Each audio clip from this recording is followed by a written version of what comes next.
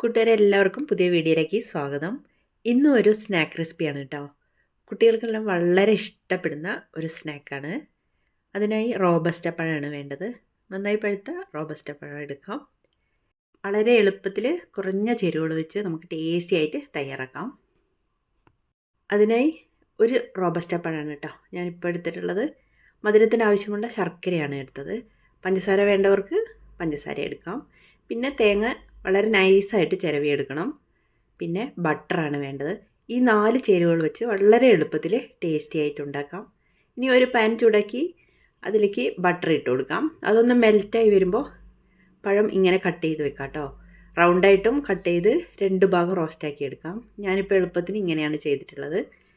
ബട്ടറിൽ കിടന്ന് പഴം ഒന്ന് ഫ്രൈ ആയിട്ട് വരട്ടെ. നന്നായിട്ട് ഫ്രൈ ആയിട്ട് വന്നിട്ടുണ്ട്. കൂടുതലൊന്ന് കരിയൊന്നും വേണ്ട. ഇനി അതൊരു ബൗളിലേക്ക് മാറ്റിയിട്ട് തേങ്ങയുടെയും ശർക്കരയുടെയും ആ പച്ച മണല്ലേ അതൊന്ന് മാറാൻ വേണ്ടിയിട്ട് ആ ബട്ടറിലിട്ടിട്ട് ജസ്റ്റ് ഒന്ന് വഴറ്റിയെടുക്കാം. കൂടുതൽ കരിയൊന്നും പാടില്ല കേട്ടോ. ബട്ടറൊക്കെ ഒന്ന് കവറായിട്ട് ആ പച്ചമണവും കൂടി അങ്ങ് മാറിയാൽ പഴത്തിലേക്ക് നമുക്ക് ഇട്ട് കൊടുക്കാം. ഇട്ടിട്ട് നന്നായിട്ടൊന്ന് ഇളക്കി യോജിപ്പിക്കാം. വളരെ ടേസ്റ്റി ആയിട്ടുള്ളൊരു സ്വീറ്റ് റെസിപ്പി തയ്യാറായിട്ടുണ്ട്. ഉണ്ടാക്കി നോക്കൂ. അഭിപ്രായം കമൻറ്റ് ചെയ്യണേ. സബ്സ്ക്രൈബ് ചെയ്യാത്തവർ ചെയ്യാൻ മറക്കല്ലേ.